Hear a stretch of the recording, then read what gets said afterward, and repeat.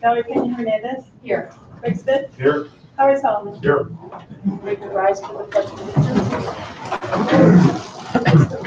Pledge allegiance to the flag of the United States of America and to the republic for which it stands, one nation, under God, indivisible, with liberty and justice for all.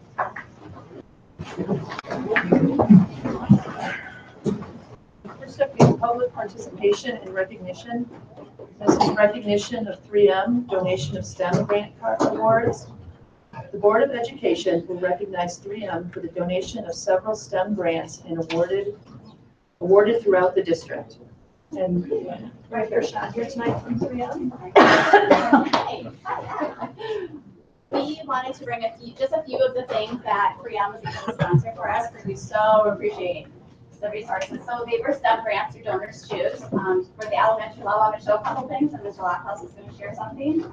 One of the things that we received was a 3D pen. I'm just going to pass it around. It's super light, so even if a first grader can use this. Works like a hot glue gun. Works like a hot glue gun, where you put the filament in, and then you can go ahead and use this to draw. Comes with lots of different options. Of course, the designing, the math, engineering, the drawing. It comes with filaments like this, so somebody as young as, like I said, first grade could go ahead and use things like this to put them together. They can create more detailed things. This is just one I started so that the fifth graders tomorrow can finish it up, sunglasses or classes. But just lots of different things, and we have 12 of these. So we're, this week, fifth graders are going to be using different types of resources to do a lot of creating. These are just some of the resources, and I can leave these here if you want to take a look at them. But just really a wonderful tool that we're really excited to use. Another tool we received are little bits, and these are magnetic. Sorry, I don't need them back. Thank you. These are magnetic pieces that are color coded, and they just go ahead and snap together. And then students can create lots of different things. And this is, again, something else that we're going to be starting this week with fifth graders. And we are going to be doing things like some umbrellas. They can invent an art machine. It takes some time to do it. For a lot of these, it's about creating and inventing and problem solving. So that's what we're really going to be working with. But to get them started, we're going to start with some of these challenges that are listed. And then the book goes through and tells them how it works, how to invent a throwing arm. And then they go through the process and they make changes, revisions, they do prototyping, which goes right up into what Mr. Lockhouse is going to show you too. So lots of, again, really neat activities that our fifth graders will be doing. And these are packages passed out in the classroom. These are right now at Founders, and we have 5 of these little bit kits. And like I said, we have 12 of the pens with lots of different filament and resources to go with the pens. Great. And then the last thing that I wanted to share quick are these snap circuit kits. And we do a lot with energy and motion, and all of these really fit into that. Here we have a sound kit, we have a 3D kit. And the way snap circuits work, this is a big one. I'll put him to work since he's here. This is our green energy, and each one of these comes with a book, and then with over 100 activities, and students are creating circuits on this platform. So they can create a doorbell, an AM radio, just lots and lots of different activities. So that's the way all of these kits work, and like I said, we have these 3, we have 3 of each of these, and then we have 6 of this guy, which has a lot more parts to it. And so we started doing these. We actually did it at a PBIS celebration at Founders. A huge hit. Kids love these because they're so easy. And if something doesn't work, that's the first question is, why isn't this working? And then they have to figure out why it's not working. And they always do. But lots of different pieces in here. So we just wanted to bring these to show that we're so thankful for your support. And our students love all of the activities. So thank you. I'm glad you guys can use it. We're always, 3M, obviously, innovation. So we are more than happy to be able to fund this when we do have that money to be able to share with you guys. So thank you for you guys for recognizing us as well. Thanks very much.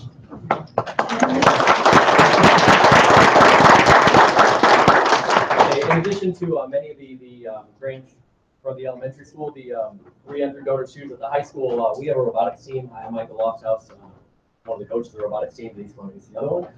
And I just wanted to pass around some of the things that we made with this 3D printer. And it kind of started just figuring out how detailed we can get. What does articulation really look like with the plastic parts? Hey, maybe I'll pass this one around to you guys. It's really cool. Figuring out what it is we can really do with this 3D printer. And then after we sort of figured all that out, what the Robotics Club we like to do is try to build stuff from scratch. And, no promise that this is actually going to start working 100% the way we like it. It's a work in progress. Kind of everything we do starts with that prototyping. But this body was 3D printed in my classroom with code written by a student on a Chromebook. A freshman wrote the code. The wiring I assisted with there, but I mean, this is kind of the stuff that we're excited to be able to do. We're able to do this, like I said, in my classroom at this point. Ultimately, we'd like to have a couple of these things sort of scurrying around autonomously. That's sort of our end goal.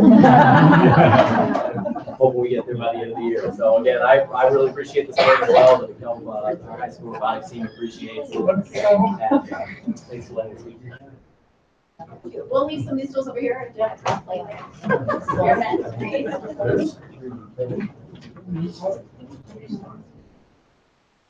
Next, we have the recognition of DHS fall teams. First up is cross country.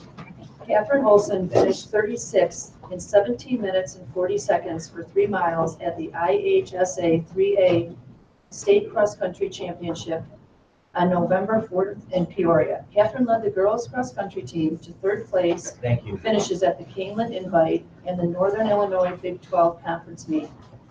Catherine was individual champ at the Plainfield Central, Byron and Burlington Central Invites, and the Rockton-Hononegah Regional Meet. She is in training for the upcoming track season and hoping to return to the state track meet in May. And I know she's not here tonight because I think she's actually singing at a choir performance tonight. So congratulations to Catherine on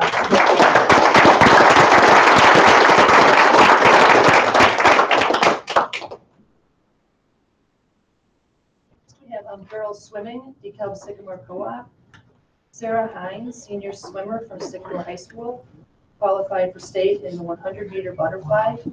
She took 2nd in the event at sectionals and went undefeated in the event during the regular season. She will be attending Illinois State University next year to study elementary education and has received a swimming scholarship. So congratulations to Sarah.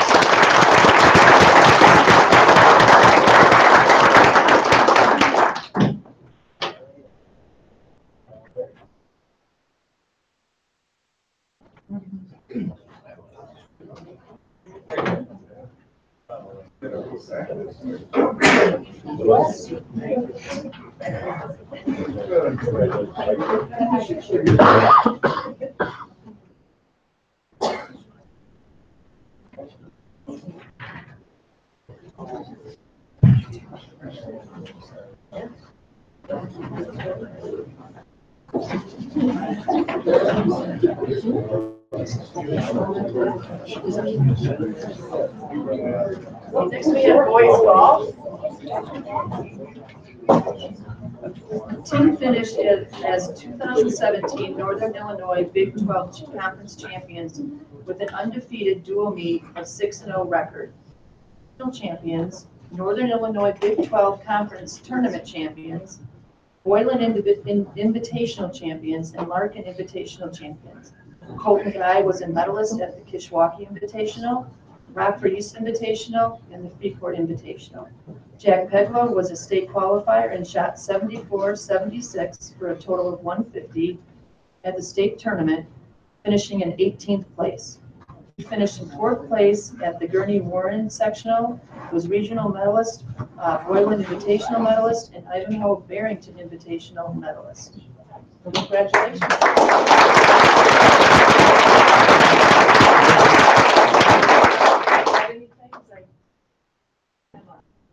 Well, Emma was recognized by the Chronicle as the girls golfer of the year, and Jack and Colton, who's not here, and Brett, were out for the all area team. And it was just a really exciting year, and we have a lot of these guys back for next year, so we're looking for more exciting things next year. So it was a great year, fun year, and look to move forward from there for next year. So congratulations to you.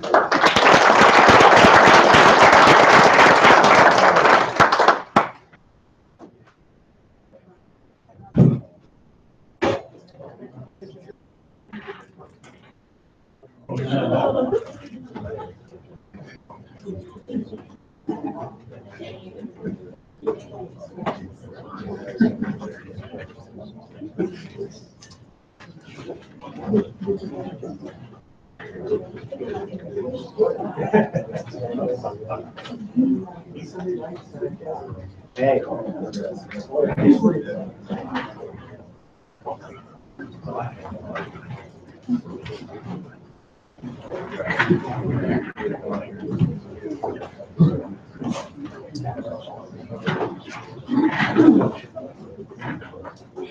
Next, we got volleyball.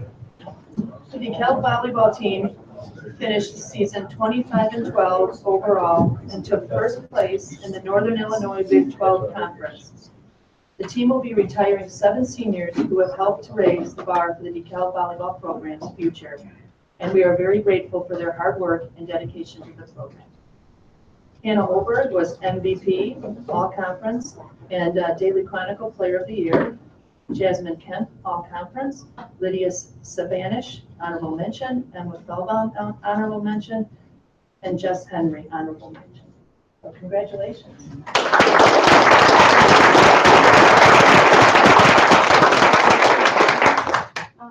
Jamie could not make it, and a large number of our team, they're actually already practicing for club season. So they're in the middle of tryouts and evaluations and whatnot. So unfortunately, they couldn't be here, but they really wish they could, and they sent their thank yous, of course. I especially just wanted to say thank you for your support and your recognition, because we're constantly trying to tell these girls that what they do is valuable and transferable in all aspects of life. So thank you for providing another opportunity to celebrate our wonderful young women. Yeah, they were great to watch. They were very exciting to watch. Thank you.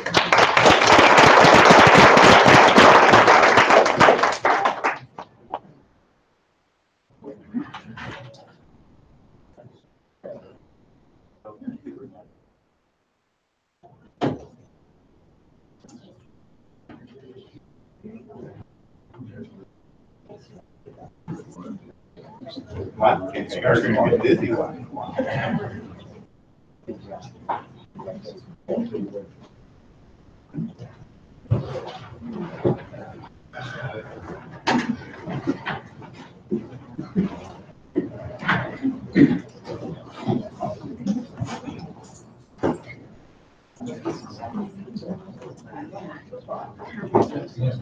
got all these kids here.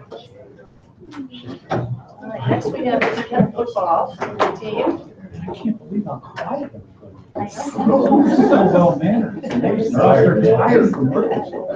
All right, so the Dekalb varsity football team finished the 2017 season with an 8-3 record, a conference championship, a First National Bank Challenge win over Sycamore, and an IHSA second-round finish. The Dekalb lower level programs also had a productive year, winning the conference at the sophomore level and the freshman level, with the freshman team completing a perfect 9-0 season. Along with the team accomplishments, the football team has had many individual achievements. The Barbs had 4 all-conference honorable mention players and 8 all-conference players, including kicker Connor Turney, DB Jordan Bandy, DB Brian Ray Ross, offensive lineman Spencer Harris, running back Jalen Hobson, defensive lineman Zach Donahue, and quarterback Noah Balin, and linebacker Keegan Smith. The Dekalb Barbs football team would like to thank the Board of Education and all of the community that supported the team in the 2017 year.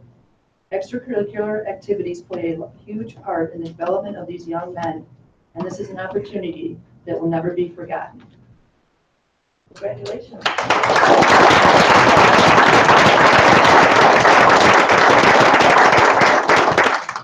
Just a couple things. Again, thank you very much for all the support throughout the years. These guys put in a lot of time, not only from August to November, but starting June 1st, we continue our progression of not ending a season, but starting where we left off from last year, and that's kind of our progression as a football program. And a lot of these guys that are seniors are going to be missed dramatically. But at the same time, because of the success of these guys, we've had multiple colleges coming in and through the doors of Dekalb High School. I mean, we probably get 3 to 4 college coaches a day almost coming talking to some of these guys and some of the kids that aren't here as well. So that's a testament not only to their football ability, but also their academic ability. And I think that's where our program has definitely grown amongst the years. Not only we're getting successful on the field, but we're successful off the field as well. Thank you very much.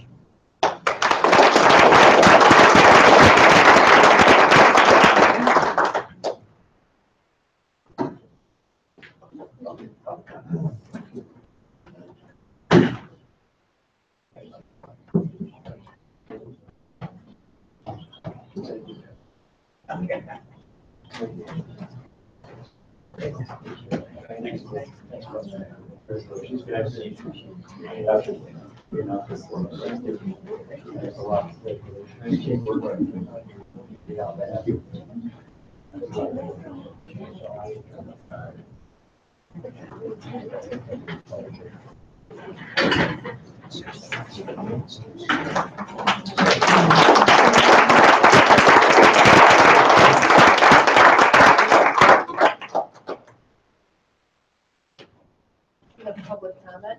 Members of the public who wish to speak to the board should complete a request card. This section of the meeting will be reserved for comments from the public. All comments should be limited to 3 minutes. Criticism of individuals is not in order. Thank you.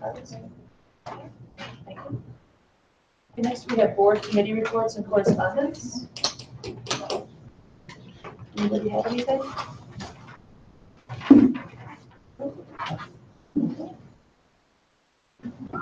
Right, so we're moving on to presentations. A celebration of humanities curriculum update, and this is an informational item. Dr. Vicki Tuskin. And members of the humanities department.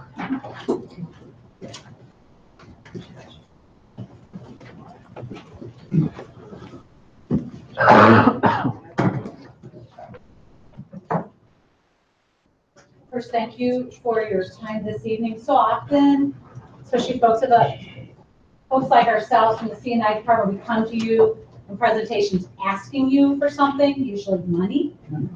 Tonight, I really wanted to use tonight as an opportunity to really showcase some remarkable work that has been done in the humanities. And if you're new to the school board, that's the English department at the high school. We have representatives here from the humanities too, sophomore English, Jennifer Albrecht and Katie Faber, and then the junior or humanities PLP group is Allison Bittmeyer and Mariette. And so in a very brief presentation, we're really coming to you to really celebrate the remarkable work and really showcase what these 2 teams have done with their curriculum in the last year.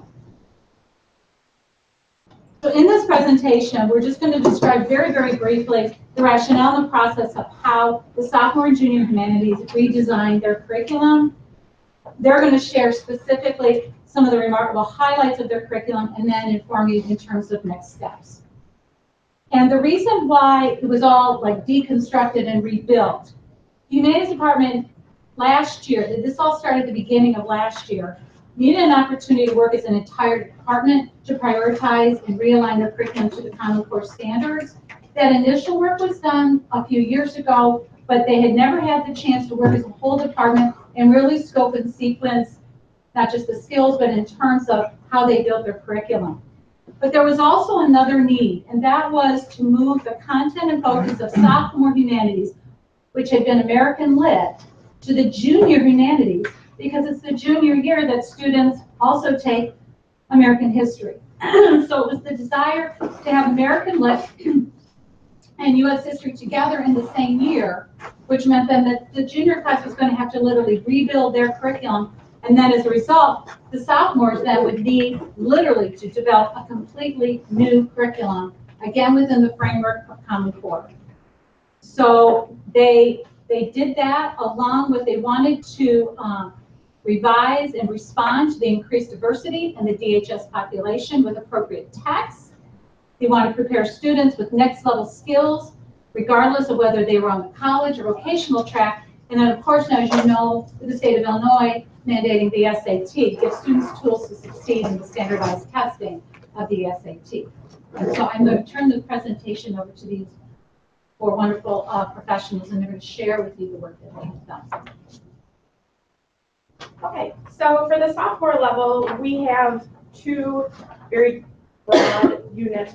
One for first semester, which is isolation. We talk about how isolation is part of the human experience, how individuals cope with isolation and how that affects our lives, and understanding isolation and responding with empathy, how that will build a better human experience. So then second semester, we wanted something that paired nicely with isolation, so we chose community. And the key topics we're going to focus on are community is a vital part of the human experience. Individualism is important within a community, and relationships and roles affect communities. So throughout our different units, we explore these different topics, and students kind of make a connection between their own experiences and the text. So in terms of the things that we read, we did a really nice job, I think, with taking things that are newer and things that are classics. There's a variety of short stories and drama and novels and fiction and nonfiction. First semester, we look at several short stories. We read Macbeth. We look at poetry. We're just now finishing up Of Mice and Men, which they always love. And then we finish up this semester with an independent reading unit where they have several choices that they can read, and some things like Speak, to Kite Runner, to Catcher in the Rye, at a variety of reading levels and all sorts of different interests. And again, some are more contemporary, some are more classics. Second semester, we're going to look at 12 Angry Men, Lord of the Flies, nonfiction, and in various forms. And then a second independent reading unit, this time they're all nonfiction choices, from Into Thin Air and 8 Men Out to The Immortal Life of Henry Adelaide. So when we first started this new curriculum, we really had a lot of discussions about our writing instruction and how we were going to scaffold writing and build those skills, because we do the research paper second semester. So we really wanted to make sure that first semester we were building all those individual skills to reach the research paper. So we start off with thesis development, and we've kind of been starting with kind of fill in the blank and then taking away and scaffolding that throughout the semester, which then led into body paragraph and development. We just finished introductions now.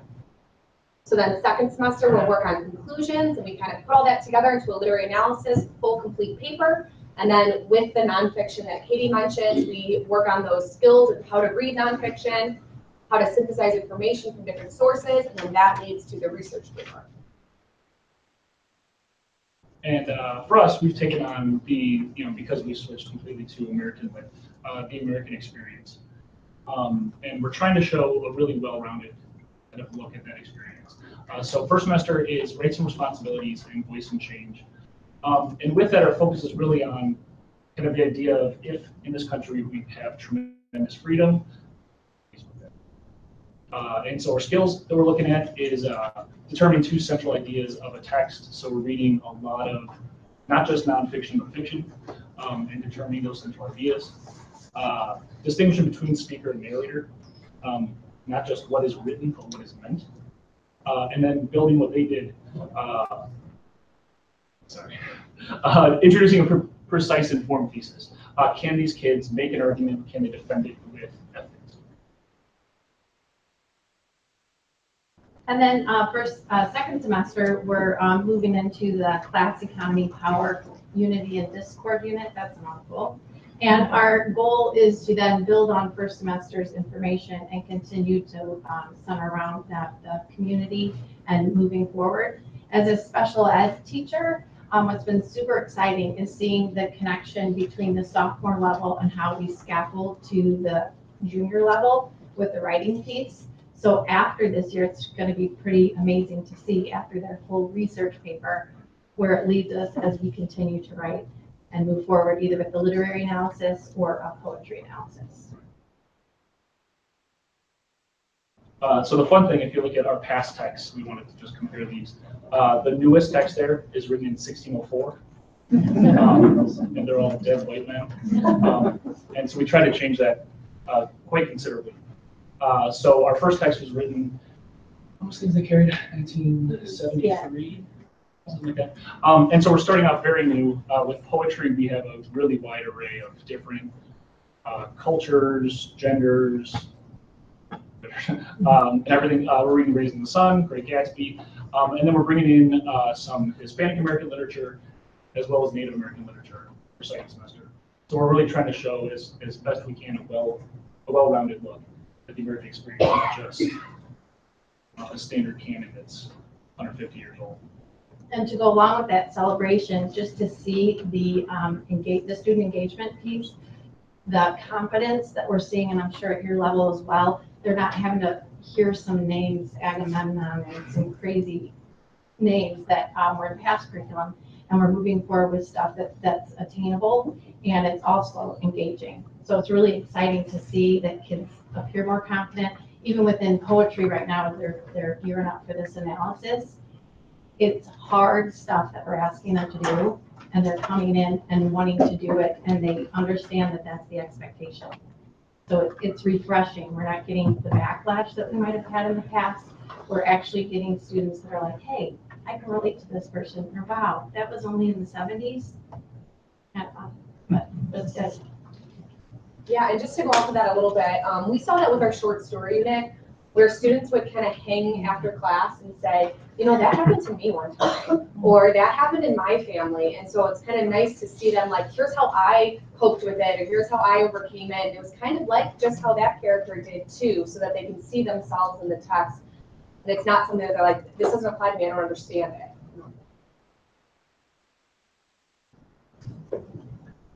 So, and we really do feel like we've seen a lot of success, but we do have a couple things we need to do. We still got to play with sequence of curriculum materials. We tried to do about a 4 to 5 week poetry unit, and 17-year-olds just weren't great with the 4 to 5 week poetry unit. And so we got to break that up a little bit. Still working inclusion of literary elements, and really with our kind of articulation with the sophomores, just scaffolding those writing skills. Just working on knowing what the vocabulary they're using, how they're teaching writing at the sophomore level, and how we can kind of take those skills and kind of improve them at the junior level. Any questions? Thank you. Next,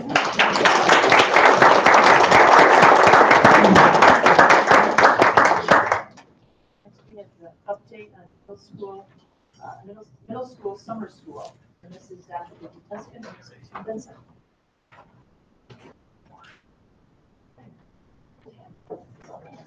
So about a month or so ago, I came to you guys and just gave you an update on how this year's summer school went and the growth that kids made within just this summer. One of the things that I mentioned was that what we're really looking for is not just growth over the summer, but really, you know, when is it working? Is it closing the gap over time, basically? And using the MAP scores and really being able to essentially take two cohorts, those who were selected to go to summer school but chose not to, versus those who did go to summer school out of the same data. We were able to pull that and kind of make some recommendations based off of that, based off of 2 years of that data, since we could give a map for 3. So before I do that, I wanted to give a quick, very recent history of middle school, summer school. It's really, it's existed, and it's depending on the funding and the resources. We've had it the last 3 or 4 years, and in different ways. Prior to that, there was kind of a gap in which we didn't offer it at all, and that was strictly based on resources. So the recent history is that we had, or the Regional Office of Education had received a truancy grant, to which the kids that were chronic truants were invited and expected to go to summer school. It's a computerized program. It's a credit recovery kind of program called APEX. That grant has since dissolved and no longer. APEX exists, but the grant through our ROE does not exist. So we no longer offer that program in that way. In 2014, so there was a hiatus for a little bit. 2014, 15, 16, and 17, I put some major changes up here. We originally offered, brought back middle school, summer school in the same way that it had existed previous to 2009. That was essentially kids were there from 8 to noon. They did 2 hours of math, they did 2 hours of reading, and they got on the bus and left. It was pretty bare bones kind of thing. We had talked with this district leadership team, and we wanted to include more of a comprehensive experience. We were offering career opportunities, we were offering PE, we were holding class outside. We had some guest speakers come in and things like that. So we really kind of revamped it, as well as offered some incentivized it so the kids essentially had a carrot to go. So in middle school, the biggest challenge I would say, at least since I've been running the last 4 or 5 years, is there's no carrot, there's no credits for kids to want to graduate, so to speak, or be promoted past 8th grade. So that carrot isn't there. And then in 2016 and 17, you're more recent, so we've given this, but we added breakfast, lunch, certain other attendance incentives, and then screened the roster in a certain way. So, so I think next, as I mentioned, we have a couple of years of data to look at in those 2 kind of cohorts of kids, those who chose to go and what their growth was from fall to spring, or I'm sorry, from spring to fall, and then we have 2 years of that. Sure, or yeah, go ahead. Okay, so what you're seeing in the data, and actually we want to give big kudos to our data diva over here, Amy Luckner, who actually put this together. So very quickly, Tim mentioned earlier, what we're looking at here for 2016 summer school, 2017 summer school for entering 6th graders, 2017 for entering 7th graders, 2016, 2017 for entering 8th graders. And what these graphs represent, when students are invited to come to middle school, summer school, we're looking at a group of students between the 10th and the 40th percentile from May. So we're targeting students who definitely need the support and may or may not be getting that support over the course of the academic year. But that's how that list is compiled. Those students are invited, and then of that group, students choose or not choose to attend summer school. So as you look at the graph, as you go across, what's being compared is those students, not all 6th graders or all 7th graders. It's within that cohort of students between the 10th and the 40th percentile in math. And then the color just means students between the 10th and 40th percentile who were invited, the ones that actually attended summer school, and then the ones who are in the red who were invited who did not. And so as you move across here and this is just reading, math growth in reading between spring to fall. If you look at 2016, so these would be 5th graders who are getting ready to go into 6th, you can see that in terms of reading in the blue, the students who attended summer school actually had negative growth between the spring to fall, and the students who didn't attend summer school had a little bit of growth over summer. And then if you follow to 2017, this most recent summer school this past summer, the same pattern continues. And then as we move across 6th grade, so those are your students, you can see the same pattern here from last summer. This summer, it came out about the same. And then as we move into our incoming 8th graders, 16 again, a drop in growth actually for students who attended summer school. Those who didn't grew. It was about a wash the same. The other thing also to keep in mind that these numbers, and this was something Amy reminded me today, is we're not looking at huge numbers of students, but certainly we're comparing within the group the same type of student. And then this is our math growth for math, again from spring to fall, and you will see the same pattern pretty much continues. Either there's negative growth, or it comes out to about the same as you move through 16-17 for entering 6th grade, 16-17 for entering 7th grade, 16-17 for entering 8th grade. Sure. So it's not a pretty picture when we look at where best to allocate our resources. So you know, and as the last 4 years, we've really tweaked this in a number of different ways. So you know, we kind of went back to the drawing board a little bit for this coming year. We are uncomfortable because it's not that all students regressed. I mean, that's certainly not the case. There's of the kids that came to summer school, certainly it was a benefit for them. We believe that through our partnerships with the Dekalb Public Library, we can really offer kind of a camp-based program and really enhance that partnership and really be the liaisons from the library to the student, be a direct referral, as well as our recent Edgenuity program, the middle school math intervention that we're piloting this year. That actually offering that over the summer is of no cost to us. So that's something that we can beef up the math and really invite the kids that we want to invite to that would be FTE neutral. So we're looking at it that way, you know, so that we can just use our resources in a better way. You know, we certainly could take a look at it next year, do some tweaks, and I'm not confident though that I can stand here and look you and I and tell you that we're going to make a small change. That I mean, we've done our best work here, and we're not really seeing the results that we're looking for. So the other part of our recommendations is we would ask that the 4 FTE that have been allotted to middle school summer school be appropriated to the DHS summer school program. The summer school program at DHS clearly enhances graduation rate through both credit recovery and allowing students to get ahead. This past summer of 2017, 3 of the 7 core academic classes offered had wait lists of students wanting to take summer school. Over a 3-year period, DHS has had an average successful completion rate of 92%. 901 students were enrolled in just the core academic offerings. This doesn't count driver's ed, the Edgenuity program, or dual credit government, as they're funded differently. Those aren't funded through the same way that the other FTE are. So that would be our recommendation, that we figure out a different way of allowing our middle school students to have some other enrichment opportunities that are FTE neutral, but then reappropriate that FTE to the high school, which has a very successful summer school program and clearly has the need.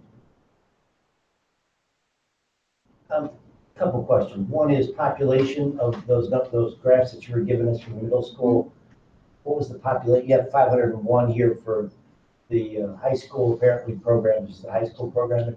Each year, right? So each one of those years is between 78 and 81 students. So it's the ones that we were looking at, that group, each one of those groups. Right. And the other question I have for you is, you were saying something about using the resources of the library. Is there going to be a coordinator for that? One of the people you're talking about, the 4 FTEs, are we using someone to coordinate that particular issue, or is that going to be taken up by the library? No. That's so normally, you know, to be honest, I've spent a lot of time setting up summer school here. Sure. And so that would be where I would spend my time, just in a different way. Okay, so we'd be done coordinating with the library personnel for a certain number of enhancement type programs with the people that would no longer be. And there's a number of programs for teens that exist right now that just, you know, they would like to up the enrollment on those anyway. Well, that'd be perfect. It's a great resource. Yes. A terrific resource. And we'd be kind of overseeing that. You'd be kind of keeping an eye on that group and doing it for enhancement purposes and doing some programs that would be somewhat, that would be supervised. Correct. And then that'd be really, I'd say like camp-based kind of thing. So it'd be, you know, a 1 or 2 week camp in a certain theme or topic that we could utilize that for. And you would be coordinating with those programs. Right, so we already have, just Rosette's proximity to the library, we do coordinate and meet from time to time, so it wouldn't, I already have those contacts and those people, and they're looking for that same thing. I'm sorry. The questions that came up during the course of your discussion is, we had some issues with truancy of people in middle school truancy. And then there was this issue to try to address that during summer school programs, kind of a required, looked like it was a required program. And I'm playing a little catch up here, sorry. But currently, do you have, with this recommendation, then what do we do with truancy issues during the session? Would that then fall into that library program? Well, particularly, yes, certainly for the library program, but specifically also for Edgenuity. That's something that we can track very specifically, their minutes and time that they've logged in and things like that. And we can keep tabs on their progress, as well as just participation in that program specifically. But it would be the same, for truant and not truant students. Right. Or non-truant students. It would be a similar, now they would certainly make the list, right? They would certainly make the list. And part of that is technology has certainly changed the game for us. The Apex program that the ROEs used to run, they were delivered at a site. And again, as technology changes, the devices change that we're able to put in children's hands, we can deliver service in a different way. Keep an eye on it, sort of like online classes. So very much. In the summer, yeah. Right, because we're in the process right now. I mean, the high school's had Edgenuity for some time. Through Title I funding, we're actually piloting Edgenuity for math students at the middle school as we speak. Great. And so having piloted it through this academic year, it'll really, and we have the licenses completely paid for through next October. This affords them this opportunity to utilize it for students who really need the support. So if I'm reading this correctly, you're shifting your resources over to moving it up where people already are participating in large numbers. That's something we would like to do. I mean, just the credit aspect, or the credit difference between middle school and high school, it's the difference between that carrot, so sure. So, credit accumulation is really what high school, summer school is. Whether you're behind or you're ahead, you're trying to get ahead. That's the goal there, and they do it very successfully. At 92% of kids get credit. So our suggestion is that, that it's in some respects, I can't believe I'm saying this. I'm the middle school guy, you know what I mean? But the data really doesn't lie, and I'd be lying if I said I wouldn't do much more than throwing a dart at the board if we were trying to revamp summer school again, middle school, summer school again. Rather than shift the 4 FTE to the high school in a very proven program that has a direct correlation to graduation rate. And there's a waiting list in many classes. Right. The incentive and impetus apparently on the part of the students grows as they get into high school. So they feel that it's in their best interest to get involved. It's great that you said that too, because the culture in Dekalb between 8th and 9th grade is that kids want to take summer school, and that's not true in every community. I mean, we have kids that are clamoring to take those courses. So yeah, that's in part that's why the waiting list grows and grows, and it's a good allocation. So you have recommendations to shift the FTE over to the high school. Have you got any idea why it doesn't work at the middle school? They don't care. They're just not interested. There's no credit. There's no credit. There's no credit. Doesn't change their grade, doesn't change. And here's the reason for that, without getting too long-winded on that. There's been hundreds of studies on middle school retention. So that's what's tied to, essentially, that's what's tied to credits is retention. There's no sense in having kids accumulate credits if there's not some holding kids in middle school or retaining them in some way. In every study that's been done, it doesn't work. In fact, it has a negative correlation on achievement and growth overall. So, without retention, there are no credits, and knowing that retention doesn't work at all in middle school, it doesn't make sense to have credits. So to draw it all back on that, The reason, I would say the reason why a large reason why high school summer school works is that there is that stick or carrot, whatever way you're looking at it. In middle school, that's not the case. How long has middle school been offered? I mean, how long has summer school been offered at the middle school? It's a great question. So it has been a long time. So prior to 2009, I got here in 2005. So prior to 2009, at least since 2005, is probably earlier. Right, okay, so up until 2009, it had been running every year for a long time, yeah. There was a hiatus for 3 years just for resource allocation, but that was just 2011 to 2014. And what were the results in those earlier years? Just generally, I mean, I don't expect you to have exact stats right now. I was teaching at the time, but Jenny had actually ran it at that time, so. Attendance is sporadic, which is what we talked about, and, you know, the gains were. So this is a continuation of the situation as it's been. Okay, so there's no big turnaround or change or culture difference or any of that. And we were, you know, that's not to say that it doesn't work or it can't work. It's to say that the traditional way that we've been doing it, the 4 hours, 8 to noon, in whatever different way that we've tried it, hasn't worked. So we feel like, you know, and I know this is a bit of mention it, but the camp-based atmosphere, the kids that, you know, are really interested in signing, you know, they're very motivated and interested in to sign up for a certain topic within the library for a time that they know they're going to be here. That's, you know, that's going to be something that we feel like more kids would participate in and be motivated in, as well as that remediation piece that we can still keep up with Edgenuity. So, you know, we're excited that we're not coming to you today and saying abolish middle school, summer school because it doesn't work for anyone. We're not saying that. We're just, you know, we're just looking at kind of looking outside the box to do it in a different way. We're just going to deliver it. Yeah. Deliver it differently and be very cognizant that our resources, particularly FTE resources, are very limited. And if we know we have a program that's growing and has a demand at the high school that contributes to graduation rate or credit recovery, then it makes most sense in terms of being good stewards of what we have to reappropriate that to the high school and then really think through what could be engaging for middle schoolers over the course of the summer, because the traditional summer school model, it just doesn't work. So we're going to where they are rather than having them come to where we are to get educated. So do we have a consensus then to bring back as an action item moving 4 FTEs from the middle school summer school to the high school summer school? Yeah. Okay. All right. Thank you very much. Thanks so much. This is the non-business consent agenda.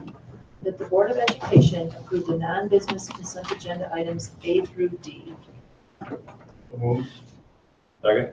Any discussion? All right, roll call, please. Fred Davis. Yes. Jeff Algren. Yes. Karen Millette. Yes. Victoria Newport. Yes. Valerie Hernandez. Yeah. Bruce Smith. Yes. Howard Solomon. Next is business and finance. Supplemental deficiency tax levy 2017 tax year, and this is an informational item. Each year, we have the opportunity to officially put on our tax levy the deficiency for our bad interest rate rebate that we received on our 2009 bonds. Pretty much since we've had these bonds, the federal government has had sequestration, so a portion of that interest rate rebate we have not received. And it's varied from 9% to right now it's about 6.6%. And we always do this after the levy, so this is based on the 2016 tax levy, but we would add it to our 2017 tax year. So at the moment, right now, that total amount is $43,887. We don't know yet for the January 1st, 18th interest rebate what that is yet until we get it from the IRS. Once we get it, then we'll know that number, and then we can have the opportunity to add that to our 2017 tax levy. So we always show it right now during our tax levy process, but we would actually need to take action if this is something the board wants to do at the January meeting. Questions?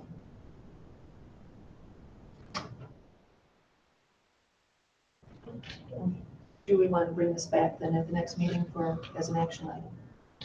Will change, the number may change between now and the next meeting? Is that something that may or may not happen? Well, what we just want to do is confirm what we are going to receive from the IRS. And I already have a document that says it is going to be 6.6% less.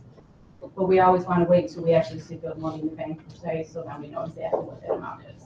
Because we have to make sure that amount is right when we file that with the county. So that's why we wait. Thanks. We usually don't receive that until sometime mid to late January or December then. Right.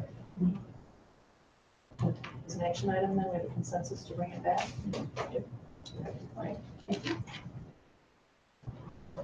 Next, we have the 3M tax abatement resolution, and this is an informational item.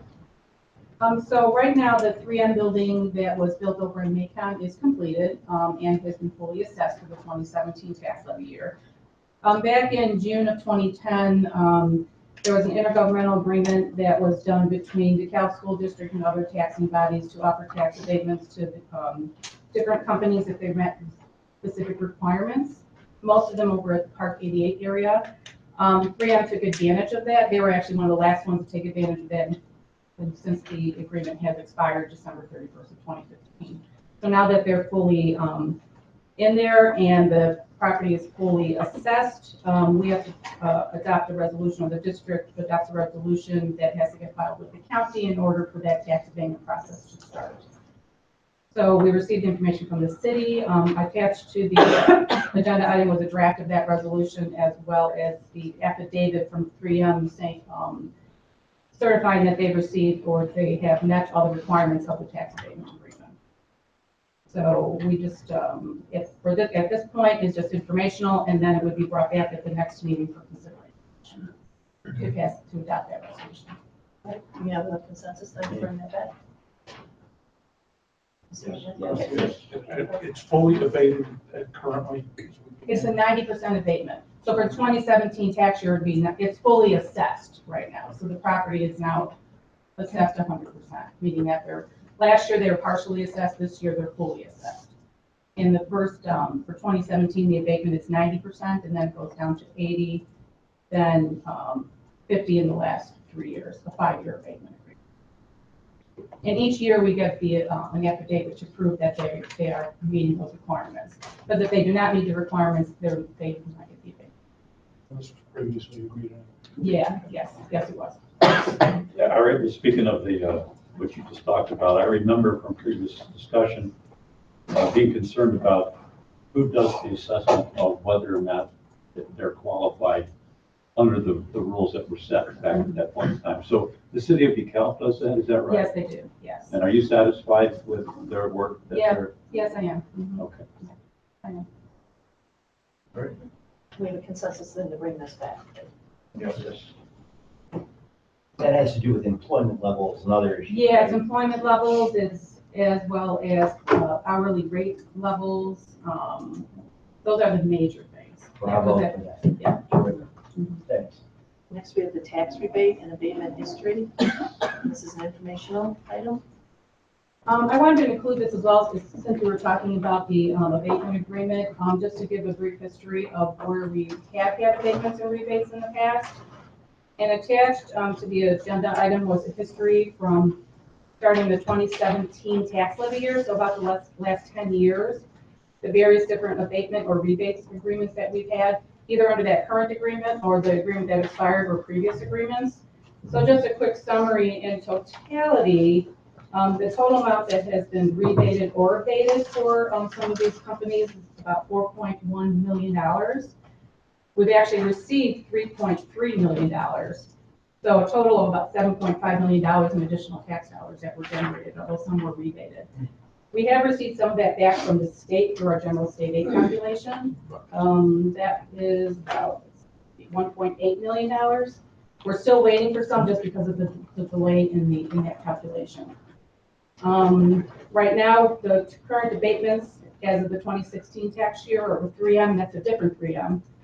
And that is an expiring year of the 2016 levy, as well as Right Point, which is in the third year of the 5-year agreement. Then we'll have this new 3M that starts in the 2017 tax levy.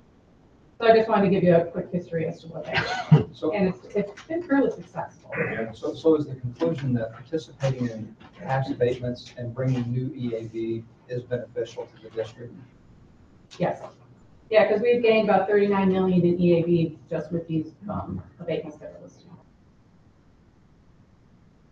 Very good, thanks for that information. Cindy, with the new GSA calculation or formula, whatever it's called, how does that impact that or at all the amount that we get back through that calculation? That's a good question. It should be part of that calculation, although the estimates they gave us did have it there. There is some question as to whether they wrote it properly in the legislation. So there's actually a bill right now on the governor's desk to solidify. So there's little pieces and parts that as they're going through that calculation, they're like, we forgot to be more specific in this area, so they're kind of cleaning some of that language up. And if someone else came to us today or tomorrow and asked us to do, a similar thing for their new building, how would the new GSA formula work? I mean, would it change our way of thinking about it at all or not? It might, I mean, it depends on if that piece of that legislation gets written and then it basically gets solidified that you do receive that abatement money back through that calculation. So, and right now, the only agreement that's outstanding is through the enterprise zone. And right now, there's no companies that fall under that agreement. That was passed, I believe, back in 2014. And within that agreement, there is a clause that says if there's any major change in the formula, that we can go back to the table and relook at that. But right now, there's nobody even in that agreement at the moment, which is probably a good thing, because then we could make sure that if there is some change in that formula, we could respond to it through that agreement. Thank you. Thank you. Thanks so much. Thank you. Next we have Camelot Schools, request to lease Cheeseboro Elementary Building, and this is an informational item. Discussion and information. I have some handouts that were prepared first, given to us from Camelot. I just thought I'd hand around, but you're welcome to look at. I was approached back in August by Camelot Education in the local school in regards to our vacant property at Cheeseboro Elementary over on Garden Street. We do have 4 individuals from Camelot Schools that are here in the audience tonight that I just wanted to introduce. Joe Carter is the Chief Operating Officer. Teresa Smith is the Vice President of Therapeutic Day Schools. Jennifer Johnson is the Executive Director of the Northwest Central Center for Autism and is local at the local school. And Neve Welp is the principal of the Northwest Central Center of Autism at the local school. So they are in the audience should there be other questions. But back in August, I was called by Teresa in regards to they were looking for a new location for their school. Currently, they are located in Dekalb on Grove Street, and their lease is coming up not on Grove Street, on Oak Street. Lease is coming up at the end of next calendar year. So they're exploring other options that would meet the needs of their school. And we toured the school. They shared with us some information in regards to other school districts in Illinois that they have occupied and leased space from, leased closed buildings from, including Moline and Belvedere. After talking through with them and looking at options where they would occupy the space, renovate the space, and then rebuild their school there versus their location on Oak Street. We've had several tours. Cindy Carpenter and I contacted Moline and Belvedere to talk through their relationship with Camelot. And what we're bringing forward tonight is the topic for discussion and questions in regards to the board's interest in moving forward with agreeing to a future lease agreement with them.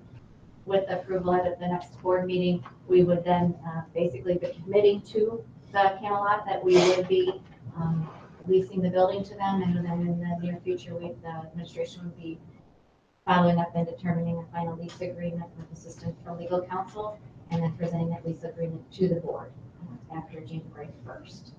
Currently, a lease proposal has been brought forward. We would be looking at potentially a 10-year, minimum of a 10-year lease, because they would be putting a significant amount of funding into the building to get it to the condition they would need it for their school. And then we would have a lease that would go 10 years. The current lease preliminary draft is it would net the district approximately $2 million over a 10-year time frame. that is net of the utility cost savings that the school district would render, because the utility costs would be their cost. And the district would have to rent a facility to store the current equipment and furniture that is at Cheeseboro, because it is a source that we use regularly throughout the district as we rotate furniture in and out of the classrooms that are needed in the office spaces. So that lease expense that we have located a space in Dekalb that we could lease, and we're negotiating that too, should we decide to move forward. Couple questions. How did you come up, how did you figure, I guess, you come up with the $2 million that we could be netting after, what, 10 years? 10 years. 10 years. Camelot has presented a draft of a lease agreement, so it's beginning a discussion, so using their numbers initially for the annual lease payments over 10 years. They start out at a lower amount for the first 3 years because of the capital expenditure they're going to be putting forth initially, and then they adjust over the next 7 years. Back in our utility savings that we are currently having to pay out for electric and gas and water, and I ratcheted that up about 3% every year, just again, inflation. And then I determined what the current rate is to rent that storage space that we're looking at. And again, also increase that actually by 5% every 3 years, assuming rental costs will go up. So the rent plus the utility savings minus the storage costs is where I'm coming up with that number to 10 years. So tonight, I mean, the way it's worded, that you're requesting a lease. So we're not actually going to approve a release tonight because you got to work out all the bugs of that. So this is this request to move forward. I'm working on all the, whatever you want to call it. It isn't the finalization of the lease. Though that formal lease will come forward to you again in a different board recommendation after January 1st. But today's informational piece, and then bringing back at the 19th, meeting on the 19th, is for authorization from the board to commit to Camelot that we will lease the building to them. And so that they can move forward, because they have a design process they have to go through with their architect and their general contractor and get that ball rolling so that they can start to renovate the space and then occupy it once the final lease agreement is determined. All right, thank you. You're welcome. I have a question about, have you calculated approximately how much space you need to lease for storage? I have. And what would that be? We're looking at space that's 7,500 square feet, which is significantly less than what we have at Cheeseboro. But we don't use every square foot of Cheeseboro. Obviously, there's a lot of open space. We currently store curriculum materials at Cheeseboro that we would actually be locating to another space, probably in the basement of Huntley. We're looking at, or maybe some other options. And the rest we can really cut down on this furniture and equipment that is there, that has been there since we moved in and just hasn't been moved out. So we're already in the process of communicating with different administration to say, hey, this has been here since we moved in 09 into Cheeseboro for storage. Are we ever going to use it? Is it really beneficial to have? And we feel that we'd be able to fit into that 7,500 square. I have a question in regard to that. I've been thinking about it. And I'm sure that you've given some thought to it as well. As far as creating our own metal space or some sort of space in regard to storing that kind of material on our own property. And have you given consideration to that as a possibility and how much that would be, and put those numbers against the lease for a period of time? If they have you given some consideration to that? Are you suggesting that the possible construction of a Morton style building with? I'm just thinking. I'm just saying. Yes. That's been talked about. We looked at that in 2013 when we were considering the Cheeseboro space for another purpose for the school district.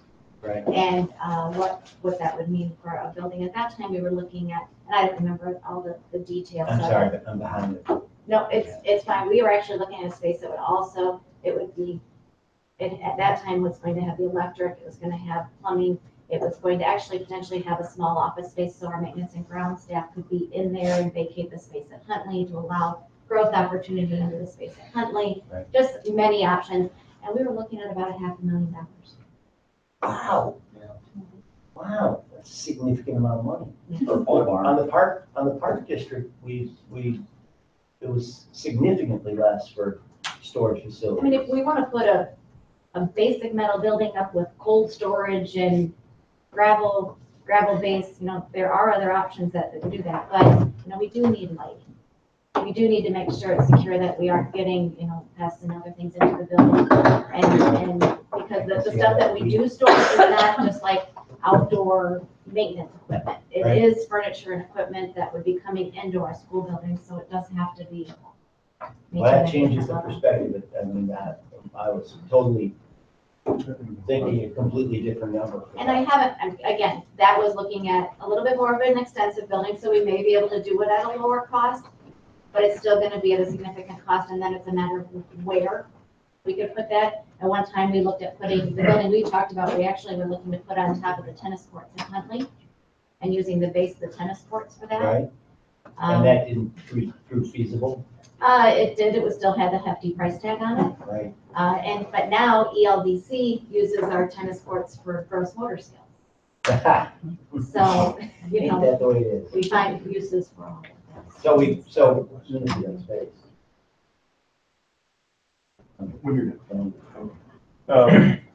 How would the liability insurance, would you anticipate that would be negatively impacted for the district or? We are still exploring that piece Okay. of it. Camelot would be required, as any of our renters are required to carry a certain level of insurance as a renter. You're looking at that too. Oh, absolutely, absolutely. We'll be contacting, That'll be in part of the agreement. it'll be in the agreement as well as we'll get information from Click. Should we have all of that covered. And again, keeping in mind that, working with the other school districts, who they currently have contracts with, Yeah. there's. Pretty good example. Yeah. And in discussions with the individuals that negotiated the contracts with Camelot, as well as currently working with them, very favorable remarks in regards to the relationships that they've had with Camelot since establishing that lease agreement.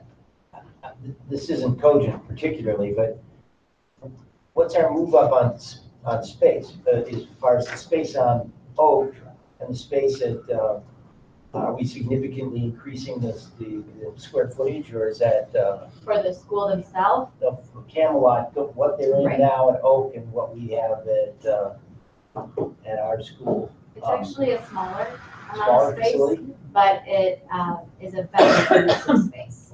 Yeah, Those were great. two office buildings that are joined by an open courtyard, or a school. Right. And unfortunately, we were an open concept school, so there's some opportunities there and there are different programs to fit, and our building really does meet the needs of that program. And our playground space is. We don't have a playground. We've lost it, I mean, we no longer have it, but there is space, we own space for that kind of a facility, and that would be possibly part of what the growth would be, where it'd be moving outside as well, or is this all inside? It's inside for the school, but they will be looking to place a playground structure somewhere in the outside, whether it's on the square parcel that the building sits on, but we also own the parcel that runs the north stretch. There's a baseball field there that runs that stretch all the way to the backyards of the houses on the far east side of the Park District property. And they do know they will also be speaking with the Park District because their students would look to play on the Park District land that's immediately. Right, that's the adjacent land next to the school. That used to be the playground. Tammy, is the equipment that is being stored, does it turn over frequently in such a way that we're actually using it, coming in, moving it to another location, putting other things back there? Or is it mostly just sitting and waiting for something to happen? In the summer, it turns. We bring a lot of things back and forth between the buildings as new teachers move in, new classrooms are opened. And it isn't just school furniture. We currently store our salt, for example. Our bag salt is stored there. We fortunately are able to get donations occasionally. There's some computer parts house that we store, about 20 of them there right now. because of the space, it's kind of like in your home, when you have space, you fill it up. We have done that. There's some things that have sat there again since we've opened. And I'll be working with, administration to determine what we can eliminate and not move to our next phase. Thank you. Thanks so much. So do we have a consensus on bringing this back? Yes. Thank you. Thank you. Okay, next we And have. thank you, Camelot. Thank you, guys. Thanks. We have request to bid Founders parking lot expansion, and this is a discussion informational item. We have been looking at a couple of issues in regards to parking lot space, and one of them that seems to keep hitting a highlight is the Founders building. With the addition of the SOL programs at Founders and just being that the general is now K-5 compared to when it was a middle school, there is a lot more staff members at that school than when it was Huntley Middle School, and we don't have enough parking spaces. In any given day, you'll see many of our staff parking on side streets and not necessarily parking in legal parking spaces on our property. They're finding whatever space they can that isn't in the way of our students, because also keep in mind our students cross that parking lot to get to their play space, their playground and their art space. So I worked with the architect to put together a plan in regards to adding a parking lot in the front. It would be between the bus drop-off area and 7th Street. Similar to how we designed Clinton Rosette, where it comes in off of our property and goes back onto our property. The entrance and exit are both on our property, so we're not dealing with another on and off with a city street.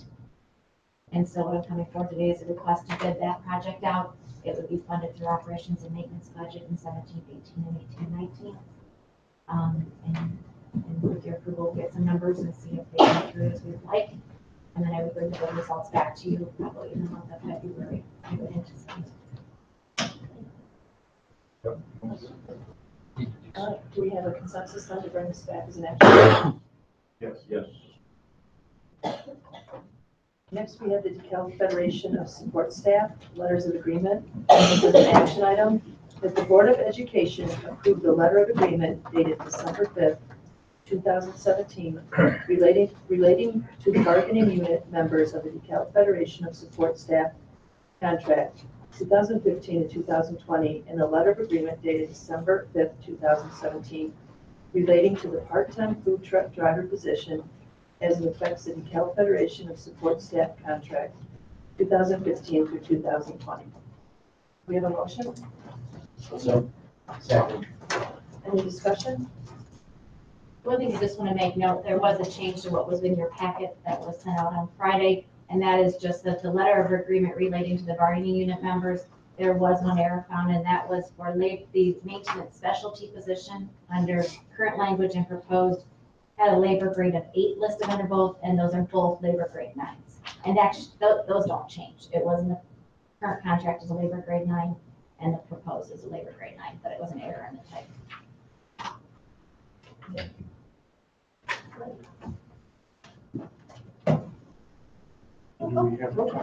Do we have to change that or amend it in order to deal with getting rid of the error? No. Roll call. Jeff Albrecht, Yes. Karen Malott, Yes. Karen Newport, Yes. Valerie Pena Hernandez, Yes. Rick Smith, Yes. Howard Solomon, Fred Davis.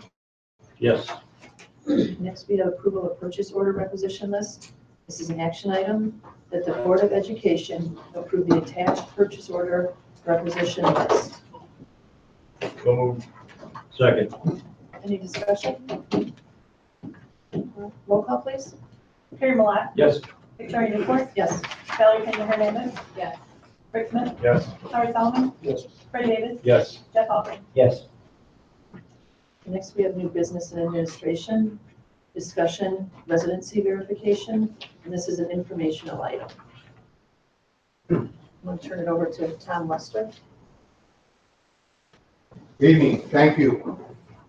The members of the board, public, my name is Tom Lester and I'm a partner in the Hinshaw Culver's Rockford office. And the district has retained our law firm to represent the district in a lawsuit filed by John Doe against the school district and individual board members in the United States District Court for the Northern District of Illinois. Well, the complaint alleges several different causes of actions and claims. The main thrust of the complaint are unsupported allegations to contend that there are between 500 and 1,500 non-resident students, that is, students who do not live in the district, who are attending the district schools. There are no allegations in the complaint which identify or name any specific student or say that this is a specific student. Instead, it is just general allegations. Because this is involved in active and ongoing litigation, I'm not really going to comment on it too far. I'm not going to comment on the merits or lack thereof of any of the allegations contained in the complaint or any of the various defenses that are available to the district. In a public forum and ongoing litigation, those matters are properly addressed in the court. And based on the agreement of the parties, the district's obligation to answer or otherwise plead or do anything in connection with the litigation has been stayed until January 23rd of next year. With that being said, and after meeting with the board in closed session on several occasions to discuss the pending and ongoing litigation, the board has reached a consensus on how to approach this, at least initially. In doing so, the district wanted to be transparent with the members of the community about what was going on and that the initial steps would be taken by the district in light of this ongoing litigation and the lawsuit that has been filed. Initially, the board has directed its attorneys to retain an outside consulting firm to perform what we're calling an initial residency investigation. The residency investigation will involve the law firm's retained consulting retained expert to run a random sample of approximately 20% of the students enrolled in the district schools in order to determine the residency or the proper residency of those students.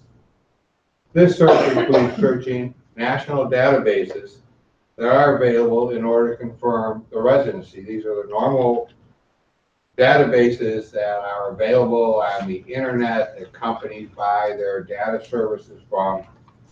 No one's going to be knocking on any resident stores. There is going to be any private investigation at this stage or information on any of the students or the parents at this time.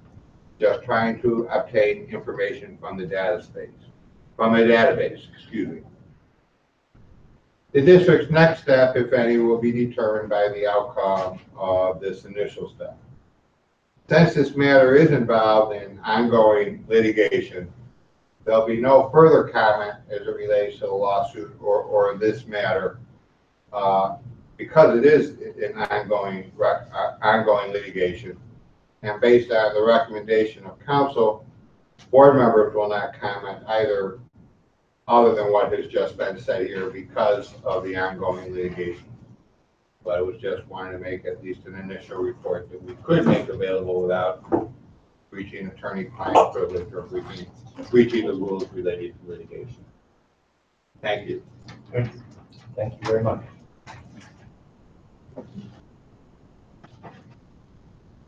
Next, we have classroom holiday party survey results. This is an informational item. As the board's aware, we had brought two surveys to the board, a parent survey and a teacher holiday party survey.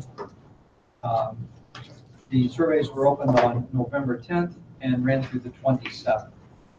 The results were that 62% of our parents did not find the PBIS seasonal celebrations as an acceptable replacement for holiday parties, while 67% of teachers did see them as an acceptable replacement.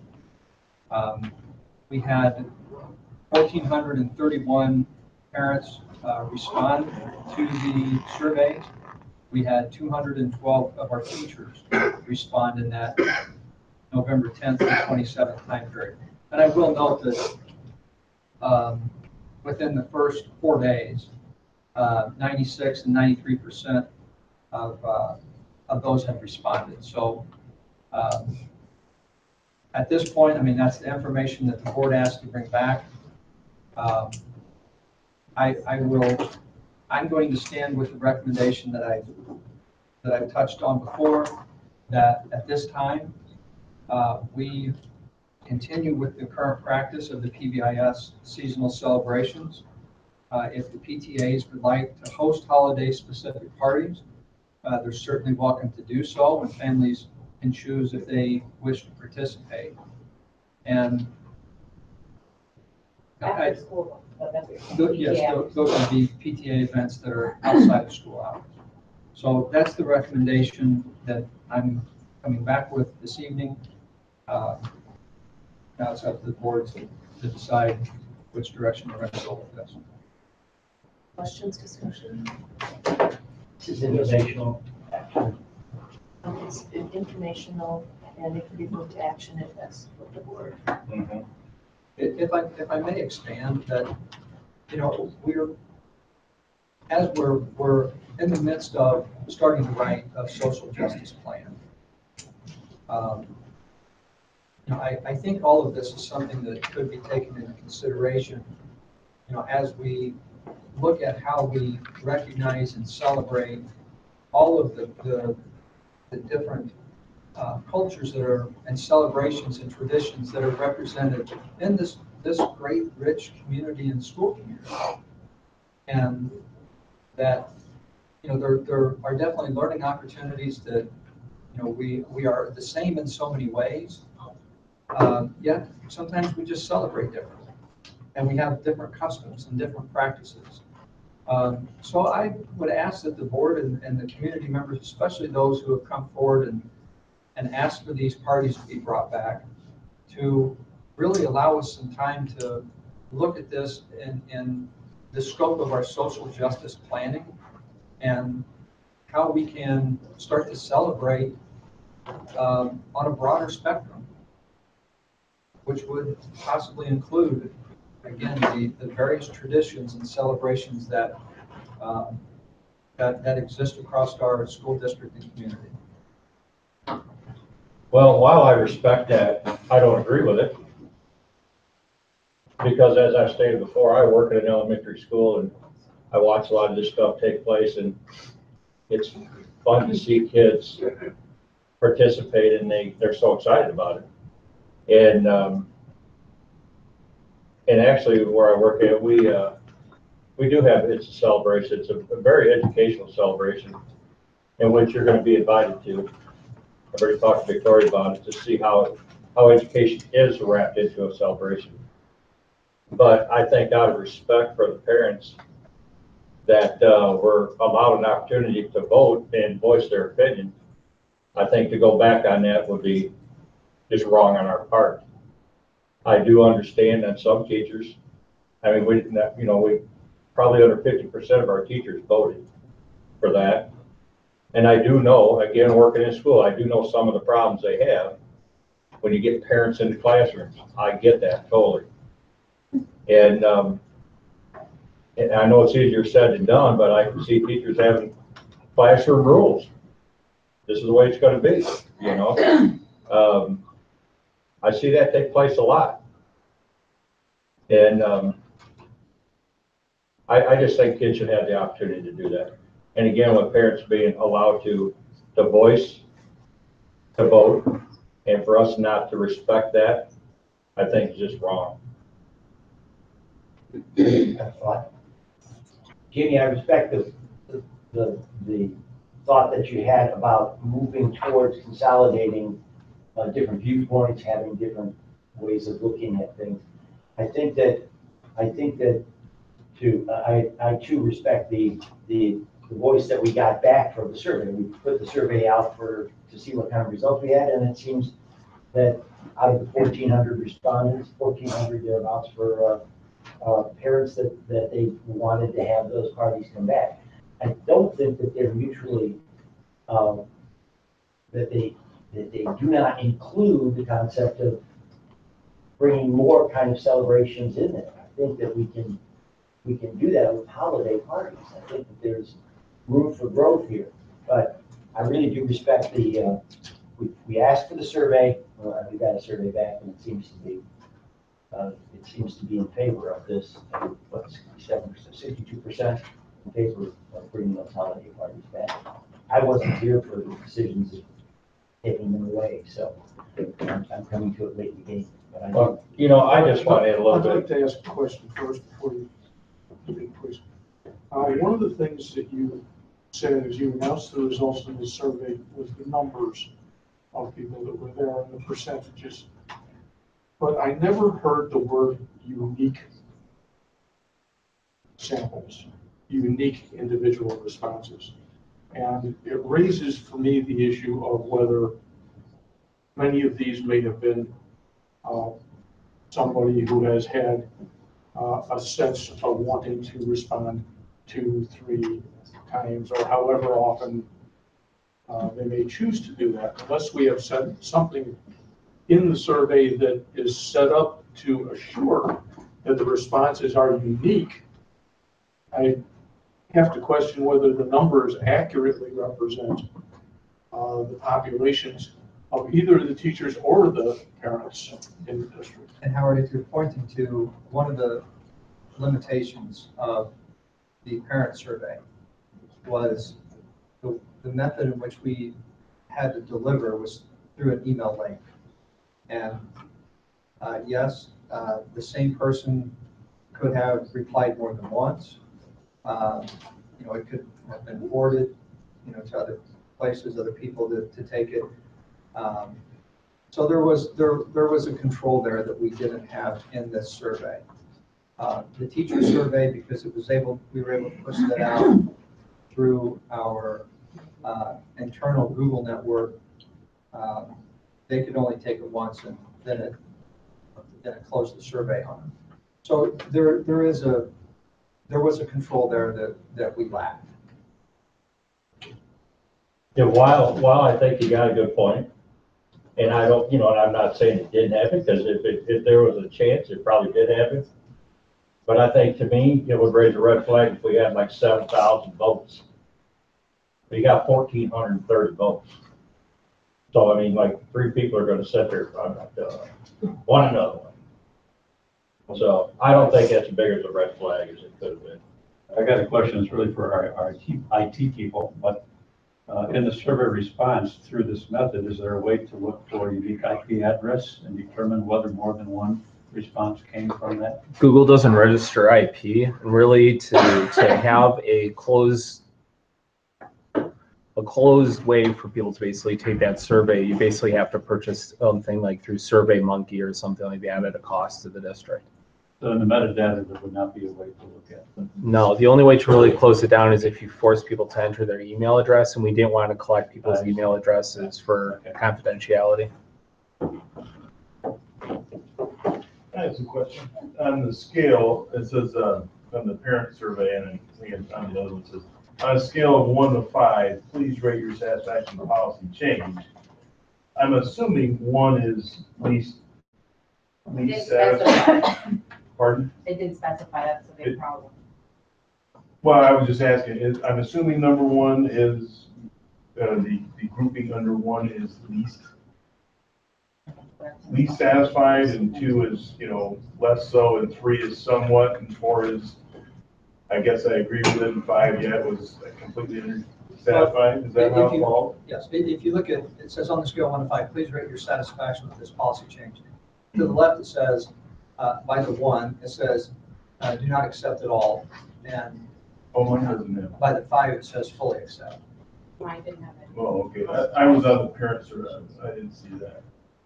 Did the parent have it, or was it Yes, the teacher? No, I'm looking at the parent survey that he said. So what was, 1 was what? 1 was do not accept at all, 5 was fully accept. Okay, so and what was 3? 3 would be, somewhat. really, I'm neutral. Here and there. Okay, so that was one question. The other one was, I noticed that the question is, on the parent surveys, do you understand why the Dekalb District 428 chose to replace the traditional holiday parties with quarterly celebrations? And 31% said no, they didn't understand. Another 25.9 said they partially understood. Small amount said they had no opinion. I'm not sure what that means, but and then 40% said yes, they did. I wonder if, and I know the school district and our folks do a lot of communication classes and things, but I'll stand with you in your position.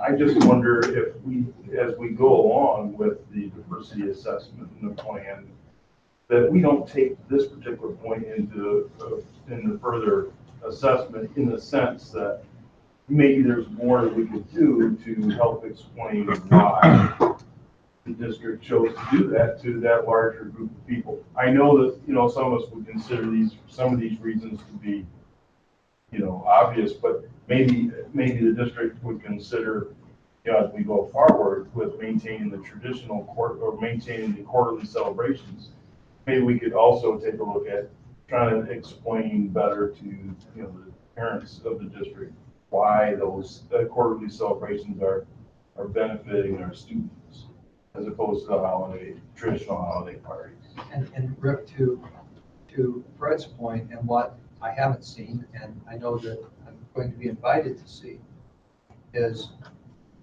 I think that there's a hybrid in here that can be developed, where we can, again, take the opportunity to look at all the different traditions and celebrations that exist in our community and within our school district.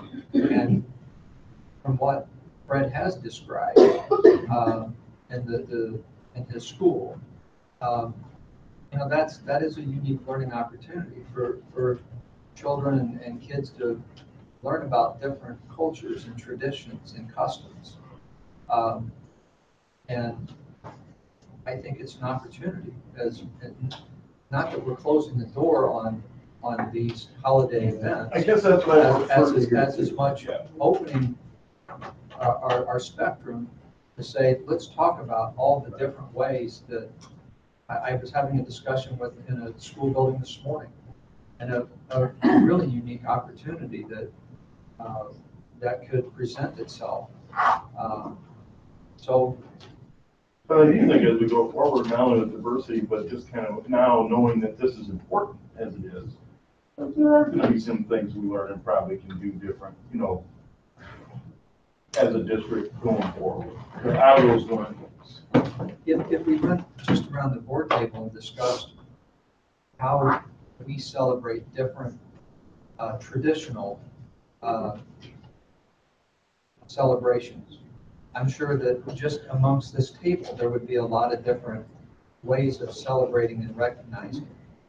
And again, I'm of the opinion that let's expand our scope, and so we can discuss all the multiple ways. Because even to the point of a traditional holiday party, what does that mean to you? What does that mean to me? Maybe that's different in and of itself. So I want to get opportunity to dialogue. That starts a conversation. What you just said is, how do you celebrate? What do you do? This is an opportunity to learn from each other. I think I'm for leaving it as it is with the quarterly celebrations and keeping an open mind going forward. But I think we need that education. I mean, we need to look at how you celebrate different holidays and share. It's a way, once we start talking, then we can understand better each other, especially when we're not so good. Yeah. If I may, I'm hearing this correctly. It seems to me that we have a little fundamental kind of issue here, and that is complicated as opposed to not complicated. In other words, quarterly, nice, simple, we do this here, we do this here, we do this here. Nice and easy package. We don't get complicated. It doesn't get all complicated with dates. We know when this thing's going to happen. I don't like that. I think if I'm hearing what you're saying, Jamie, is, and if I'm hearing others correctly, and me, especially coming from me, is I think we need to be open to the concept that kids, especially young kids, want to have fun mixed in with the learning. They want to have things mixed in with learning. And I don't think that that has to follow a schedule, a firm schedule, as far as, okay, we don't celebrate Cinco de Mayo on Cinco de Mayo. We celebrate it over here, you know, a month earlier or something like that. I don't think that has the same resonance. But I'm not suggesting that we move away from the PBIS celebrations, because they are, that's about coming together in each one of those school buildings and celebrating together an accomplishment from the school. And again, after attending those, kids are having fun. Right. And those are great events. They got nothing else to look forward to. I don't know about. Well, I'm arguing on both sides of the coin here. Somebody needs to. But I think we can play both sides. Well, I agree. But in your point, it's not, I don't see it, to him, both sides of the, I don't see it as a zero-sum game. It's just not. You can't take one away, you can't go all hard on the holiday party. No, it's just what you just said. It has to, at times, it has to be a mingling. Yeah. Absolutely. It is a zero sum in a sense, and that there's only so many days, there's only so many dollars, there's only so much resource to be expended. So if you had infinite number of diverse positions, you know, celebrations, holidays, whatever you want to call it, we couldn't possibly do that. Right. We have to narrow it down. We have to come to some sort of a compromise position, you know, and make it work for everybody. And what worries me is that the first thing that worried me when I read the data, the survey result, was like, wow, the teachers are like here, and the parents are like here, and they never talk to each other. I mean, even the board, you guys were you there or not? When the committee brought it to us as Senate Bill 100, we needed to, it was folded into that discussion, right? And it came to the board unannounced, without any great fanfare, and we just simply voted on it, and because we all wanted Senate Bill 100 passed, or rather our work, you know, that was required by Senate Bill 100, we all voted for it. But there was some discussion about, you know, why is this being included right now? Why can't we talk about this some? And so that's what bothers me the most about the results of the survey, is that the parents weren't consulted. And as far as I'm concerned, I wasn't consulted as a board member. You know, this was just a slam dunk deal by our teachers, our administration, our staff at that time, and Jamie was here. You know, that bothers me a lot, and this data proves that my concern is real. You know, I think going forward, we can somehow come to a place where we don't take away from someone in order to create something for someone else. But at the same time, we also can't do, this is about the zero sum thing, right? I mean, I don't think it's a great analogy, because, you know, we have to come to a compromise, because we just simply can't do it all. Can I ask the board to allow myself and this administrative staff to bring back that compromise? Because I think it's in there. I think it has to develop over a period of time. We can't just say, okay, now we're gonna make a decision tonight. We're gonna celebrate these 3 holidays. I mean, how would we do that? So this is, even this data this is important feedback, but I think we have to then say, okay, to the public, we have to say to the public, I know you feel about this. I know that you feel strongly, and that a lot of you feel very strongly about this. We're gonna work on this. We're gonna try to make this happen. We're gonna try to. When would you bring back a compromise? How far out are you talking about? Probably during the summer would be ideal for you to have some good time with your staff to talk about. Yeah, I'm right now getting consistent time together is difficult. I would say prior to the beginning of next school year. All right, so what are we gonna do between now and then? Then continue the board celebration. Yes. Yeah, I don't think that's fair. I mean, we put a vote out there for people, and they spoke their word, and now we're gonna go against it. Fred, I have a question for all the board. Has everyone attended a PBIS celebration? That's another question. Because Yeah, I have. I'm asking the entire board, not just you. I have not. So that's one thing that I have attended. I have attended these PBIS celebrations, and you know, you talk on a continuum. You talk about one extreme and the other, and that kids are only given this option. So it's kind of like you're saying, they're gonna enjoy apples because I will never give them cake. We're not talking about food, we're talking about a No, party. I'm But giving you what an I'm example. saying to you though is, if you don't have, you can call it whatever kind of party. But it happens to be a PBI's party or celebration. If you don't have that, what are they gonna have? Nothing, right? If they don't have a PBIS. If you don't have a celebration that involves PBI celebration, like you've attended and I've attended, if the school decides not to have it, then what kind of celebration does it get at? They don't have Nothing. anything. They don't have anything. So it is the other side of the coin. I don't know about the other side of the coin, because when I sat at Jefferson Elementary, kids were embracing Halloween while other kids were embracing something else, but they all were talking about a chemistry party. So while this kid was excited about wearing his costume, this other kid was excited that he was still able to participate in something that genuinely he wasn't able to in past experiences. So that communication that Jamie talks about, that Victoria was just saying, how having that communication about what you celebrate and what I celebrate was happening. And one kid was calling it chemistry party, another kid was calling it a Halloween party. For one, it was one thing, for another, it was another, but no one put that stigma, no one put that label on it so that no kid felt excluded. That's why I asked, has everyone attended one of these, at least one, to get that feel? Because yes, we can look at this. And one question that I see now that I didn't think about before on the survey is, have you attended one of these PBIS celebrations? Because I could have an impression that these PBIS celebrations aren't catering in any formal way, making it fun for a child, if I had never attended one.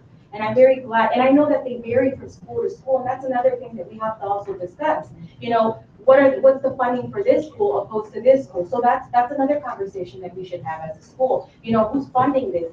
Who's paying for this? Because we know the holiday parties were happening for parents. Parents were supplying these things. And you had one kid with the extreme, and I'm saying it because I was a PTA mom, and I sat there and I helped, and I was a room parent.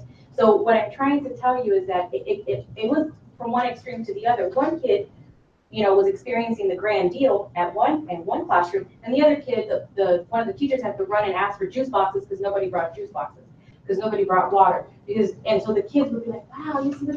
So you saw isolation on all levels. It isn't just about religion. It wasn't just about, it's about everything. It's about equity. It's about equality. So this issue goes beyond just the holiday or religious aspect of it. It's more, I know that if I had one kid here who was feeling really sad because his party wasn't as good as this one, it's kind of sad. So when you had the whole PBIS celebration, I got to mingle with parents that I didn't typically get to mingle with, because we were in one room.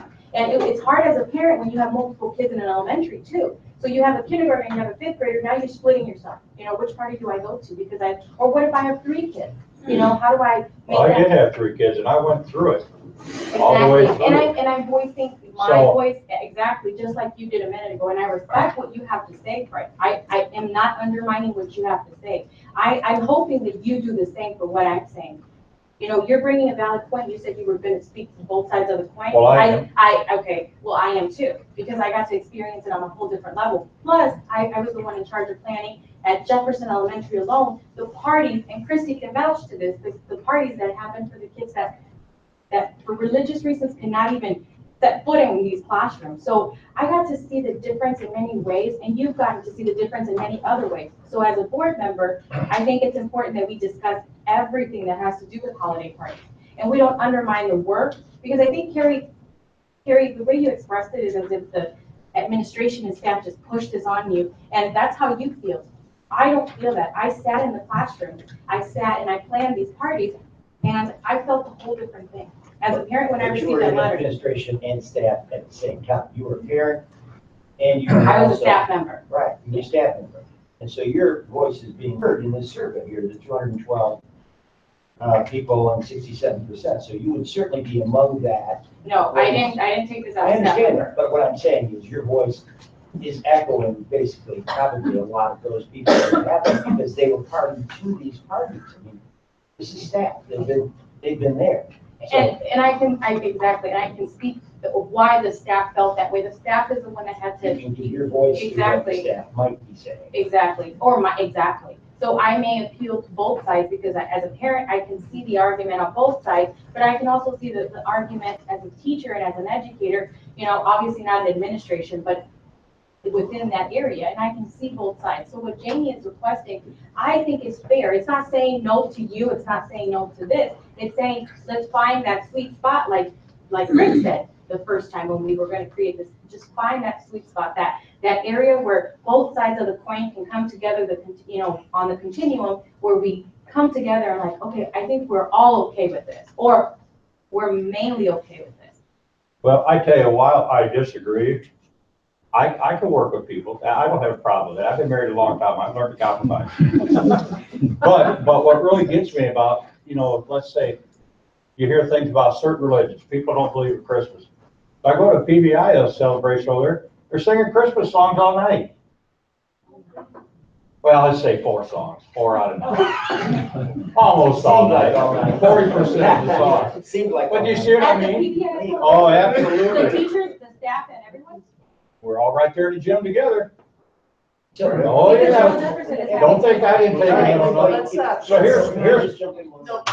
here's one thing I want to I ask. just say this is a work in progress. We have to No. do. Hold on. I'm not done. Let Fred finishes. All right. Here's something that I want, just simple as this. I'd like to see a tree. Here's one thing I'd like to see more than anything, is a tree in the building with lights on. And we can, and. What is so wrong about that? Well, for today. Don't ask me, I don't celebrate it in that way. So when you ask me that. You have a tree at your house? My husband does, I don't celebrate. Okay. What do you do? Go sit in another room? That's what I'm saying. I think we need to be involved.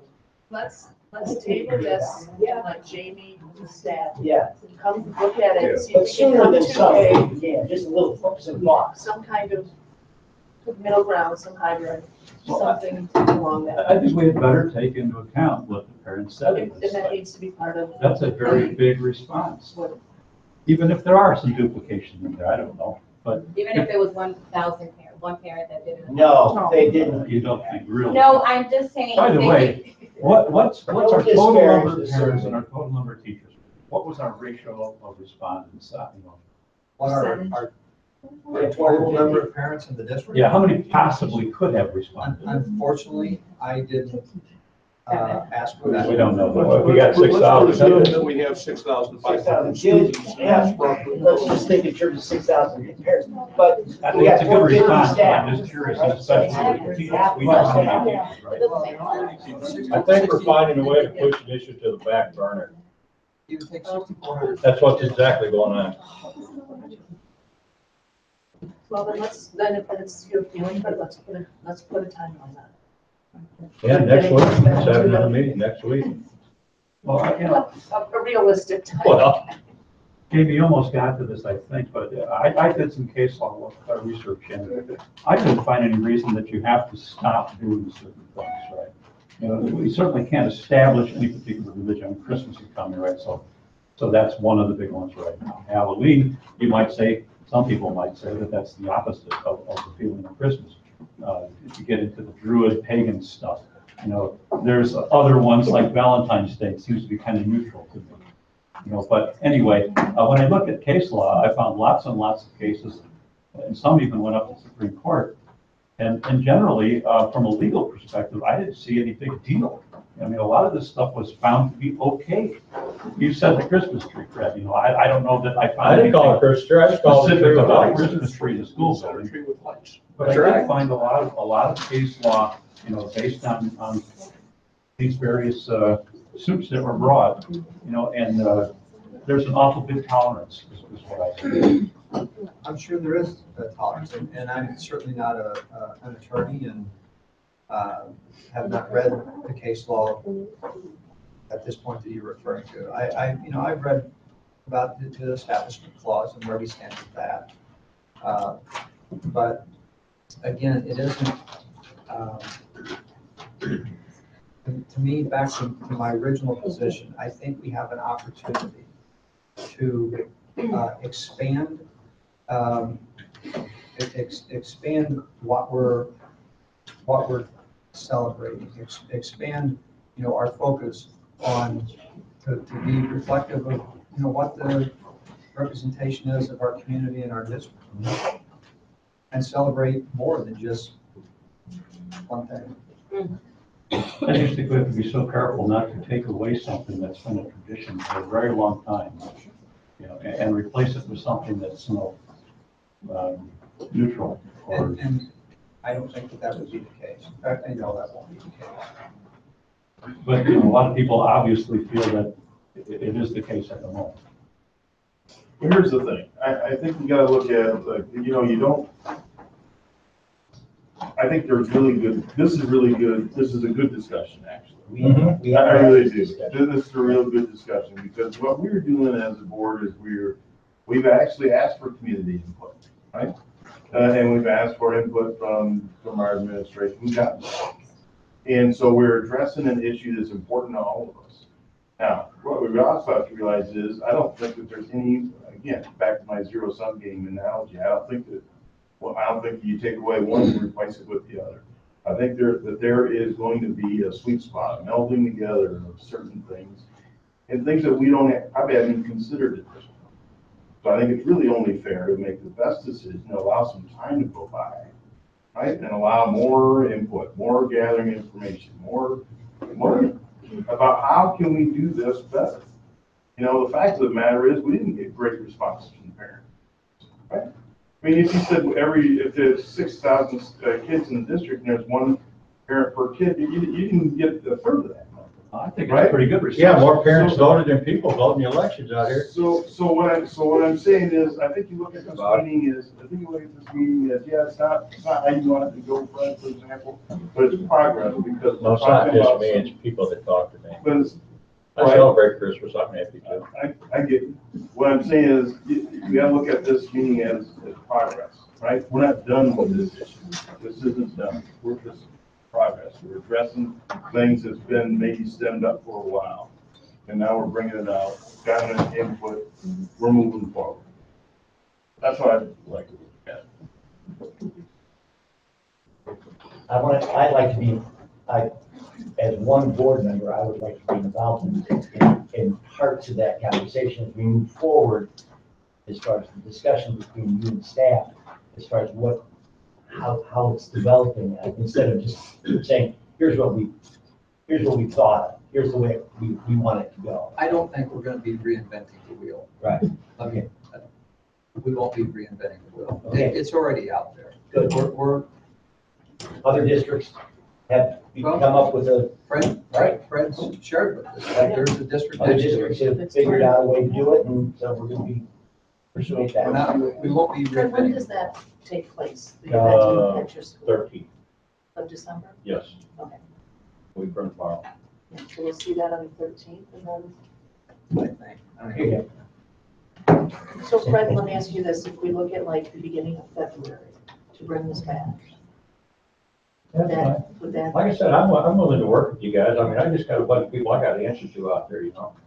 Like I said, my tree's up, I'm happy. I just want other people to be happy. Okay. Okay, so do we have a consensus that we'll table this until early February? Yep. Jamie and his people will be looking into it in the meantime, or at least somewhat. Well, Maybe what other people do. And how will we incorporate the parents, you know, in whatever happens going forward? Well, we're gonna talk about. They need to have a seat at the table. We're gonna talk about open meetings, that's for sure. Maybe we could have a solution, come up with something at some point here, and then ask for feedback on whether that makes it better for them. I think we gotta be very deliberate about this, don't rush to anything, it's gonna take a while. I know it seems like a small thing to some people, but a lot of people feel very strongly about it. More to say. Right. Moving on. Additional building substitute for Founders Elementary, and this is an informational item. Mr. Meyer. Good evening. So we are finding a need at Founders Elementary School for additional social emotional support. Because of the time of year and the needs that are in the building, we are looking to increase their building substitute by 1.0. And what that building substitute will do will be to take the place of one of the special ed teachers who has the skill sets to be a person to intervene when there is a crisis, as well as to help implement some of the interventions, social emotional interventions. And that would be more than preventative work to help in the situation where we are lacking in the supports in that particular building right now. So we're looking to fill that need in a creative way by increasing the FTE for a substitute. And that also means she'd be placed on some kind of additional, correct? Or she Tell or me he, more about the educator. So she's being asked to do something more than what's in her contract, correct? No, We're it's something, reassigning something that. You're reassigning her. would be yeah, she qualified wouldn't, to it do. wouldn't be in addition to. Okay. This is what we critically need to make. No, I agree. I understand that. I'm just asking, just looking to see how she's going to be restructured, you know what I mean? Would you like to speak to that? Connie's here to answer that question. So the individual that we're talking about is very well skilled as far as social, emotional, and behavior management. Right now, when we've been having crisis situations, she's often the one that we're pulling already to help administration as well as the existing social worker to do something with those students. But in doing that, we were pulling her away from her other responsibilities, as well as the social worker is getting pulled away from other responsibilities for IEP, as well as the assistant principal myself. So there's a lot of things that are being pulled from right now. So that was why we can look at this idea that we could have one person who's a crisis intervention person, for lack of a better term, who can help prevent some interventions. We have a small center for students who are having struggles they can go to and regroup, de-escalate, regulate, get some interventions before putting them back into the general classroom. Any other questions? Yes, and in the reassignment, of course, this is somebody who is a teacher currently. Right. So we have the students in that classroom are going to be kind of broken up in terms of the new teacher that will come into that classroom. There's, Howard, this person is a special educator, so she does have a caseload and will continue to have a caseload. Special education teachers also do academic interventions, the students that are identified, and we are able to provide daily academic interventions. What we're not able to provide is daily or weekly social and emotional interventions for our students who identify that need that intervention as well. I would just like to say this is another one of those situations similar to the procedural for our procedural nurse that we brought forth last meeting, or 2 meetings ago. In regards to, we're trying to respond to needs. Okay, so what we are going to be meeting on is looking at ways that we can make a system that is supportive of students who are in crisis, of students who have medical needs, so that we're not doing this reactionary work, coming to you mid-year and saying, we need this to fill this hole or this need. That is the goal. But this year. I'm sorry, but with that being said, we also can't predict. We couldn't have predicted in August where Connie and her staff would be due to the situations that they're dealing with on a daily basis. Sure. So we're responding to needs that students have brought forward. Right now, we're being very reactive to the students' needs. This would allow us to be proactive. Well, yeah, but that'd be true up until next student or 2 or 3 or 4, come forward with additional needs. What I'm thinking about, and I think I've asked this question during the discussion for the procedural, how can we predict or how can we budget for the coming school year, and how many staff we need at a particular location for a particular purpose, if or when the children come with more needs than we expected. I'm going to be forthright with my answer to that. Throughout the district, throughout the nation, there is an increase in social emotional needs. If this Pocket right now might be what we're dealing with at Founders. In years past, it's been, it's, you're right, it pops up. That's why I'm saying, I know, based on the data within our district, but based on the data in our state, nationwide, social emotional needs of children are on the rise. So we're going to need to prepare for that in a systematic way, so that we're not coming to you to put out fires, but to prevent those fires. But our numbers are 17 and the state numbers are 14. Yeah. So that belies to a certain extent the increase in our district. These aren't all students with IEPs. Correct. No, in fact, so we, at our building, we have identified 50 students that from the beginning of the year to now, we've had to react to in crisis situations more than once. Of those 59 are students with IEPs.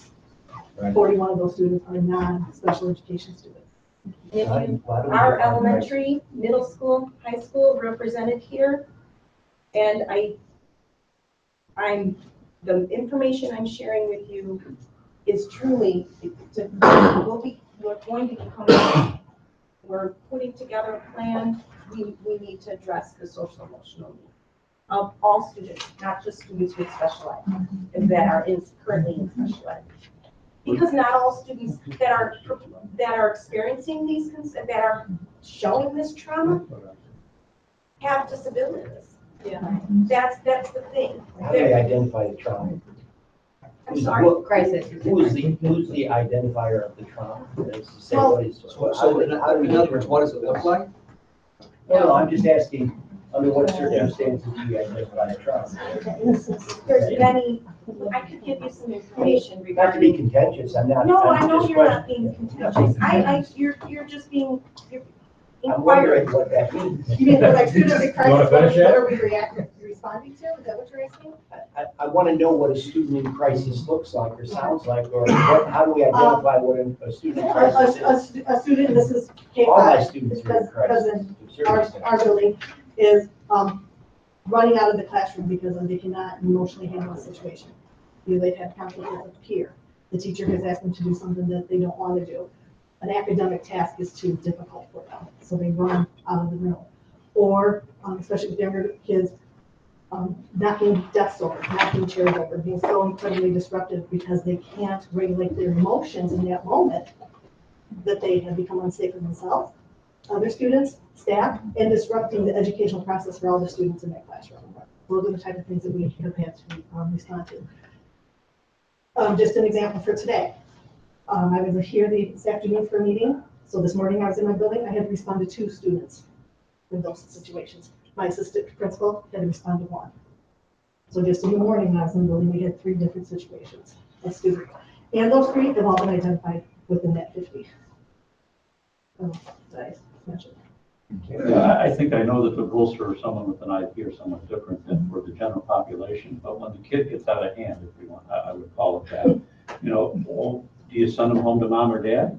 Well, Can we do that? there If is they don't have an IEP? There is discipline attached under that type of behavior, but the discipline is not addressing or changing the behavior monitor. Right, so you're just gonna have it repeating, where if we can provide some interventions, that will be the change. The goal is to try to start building the capacity of these students that are having these episodes, for lack of a better word. So that, again, we get to the root cause instead of just treating the symptoms. And we're dealing with that at the middle school level, high school level. You know, the days of just punitive discipline, because it takes care of it in the moment, doesn't necessarily address what the issue is. But how do you change behavior? I mean, you mentioned high school. I mean, if a child isn't retrained, or whatever the right terminology would be, re-educated, when they're young, and they get to the high school level, they're still having these issues. I mean, how long? Harry, I've lived with high school kids for 23 years of my career, and not all, but some, probably more than you think. there are ways to work with kids. I mean, what's our choice? I mean, these kids are going to be leaving us at some point, and we're going to be sending them out into the world and into the workplace. If we're not working with them to help them regulate themselves and be able to work with others and conduct themselves in an acceptable way, if we're not doing it, then they're certainly not going to get those. We're kind of their last shot. They're not going to get those services beyond us. So whether it's starting with them when they're in K3, whether we're working with them in the middle schools or high school, I accept that as part of our responsibility to work with these kids and get them school ready. And to add, we each have to attend a committee, obviously, and curriculum council. I was sitting there when they were bringing this actual issue up, and there was a teacher who really I was moved by her story, and to kind of share a little bit of what she said. She said, once you've been kicked or bit or something horrible has happened to you in the classroom because the student couldn't self-regulate, that changes you. So you become scared and frightened also because you also have to protect the other 27, 28 students you have along with yourself. And that's something really big to take on. And it can change you. And really the goal is to help, like Jamie said, with the underlying issue rather than just to put a Band-Aid on it. Excuse my ignorance, but a substitute is, what are we talking about here? $95 a day. Oh, at the substitute rate. Yes, building substitute. She's gonna be taking Still at that $99, okay. And doesn't have anything to do with it. I mean, this seems to me that this is not designating a period of time. So we have $95 a day, and then generally when you go to full-time substitute, you change, is that the $95 a day? This is another building substitute, so this is a full-time substitute that would be designated. It's just 95, right? No matter. It's 90, what they're guaranteed is an every day they have work. So the rate of pay will stay even if it's longer than 2 weeks or a month or whatever. And how are we going to determine this? This is going to be like substitute, meaning full-time substitute from now until what? Forever? Regular full-time position, we would have annual subs throughout the district, so it's $95 a day like we see in our other schools. Additional sub in that they have an expectation of consistency of work. They're coming to work, they work according to the academic calendar. They come to work every day at Founders, $95 a day, that's their rate of pay. They don't work, for example, they don't work institute days Right. because they're a substitute. But we don't have a contract for the remainder of the year. So we have a contract for the remainder of the year with this person, $95 a day, excluding the institute days and other days that they are going to be doing that job. Yes, sir. So they don't rate, No better. So how is an instructional assistant different functionally from a building substitute in this particular help? An instructional assistant does not have to be certified to teach. A substitute does have to be certified by the state to teach. And to solve this problem, you need someone that's certified to teach. Well, certainly to fill the role of the instructional piece that the special ed teacher has been doing, yes. And then that special ed teacher she's relieving will be doing some of that social emotional intervention. And a substitute is not going to have the proper training to do the social emotional interventions. Yeah, well, that's what I, right away said $95, how are you gonna get someone that's got all of the training? Right, which is why you have the Yeah. certified Yeah. staff So member do we have a do that. consensus then to bring this back to an action item? Yes, yes. Thank you. Thank you, ladies. Okay, contracted long-term substitute speech and language pathologist position. Christy? Yes, so we have one of our speech and language pathologists will need to be on a FMLA, and so we need to contract with another speech and language pathologist to come in and serve during her month that she'll be gone. So what kind of pay will this be? Now, is this a different type of certification job where the pay will change? This is, this is contracted agency. So it's $76 an hour. That's the going rate and for a contracted, speech and language pathologist. Sometimes higher.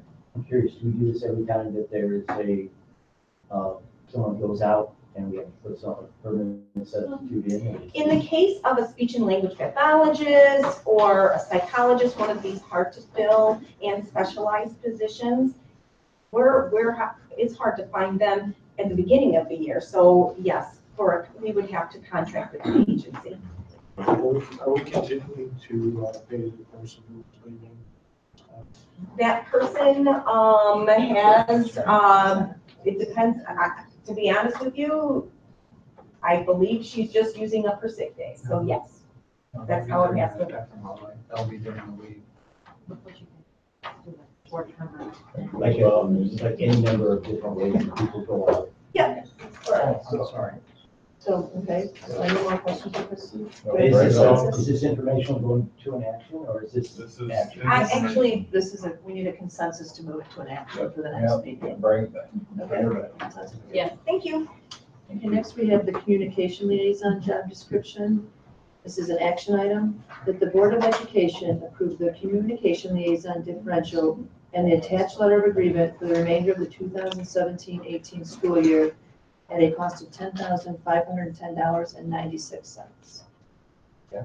Any motion? So moved. Second. Any discussion? This is one that was recommended by the communications committee. Jenny, is this the 10,000, is that a full year or is that the half year cost of the? That's for a full year, so. Be prorated. Okay. This is a one-time shot, right? If I remember from Right. last time. Redo this again if you need to next year. Right. Any other discussion? Roll call. Valerie Hernandez. Yes. Rick Smith. Yes. Howard Solomon. Yes. Fred Davis. Yes. Jeff Halgren. Yes. Victoria Newman. Yes. And with that, the meeting will be adjourned. All in favor? Aye. Any against? No.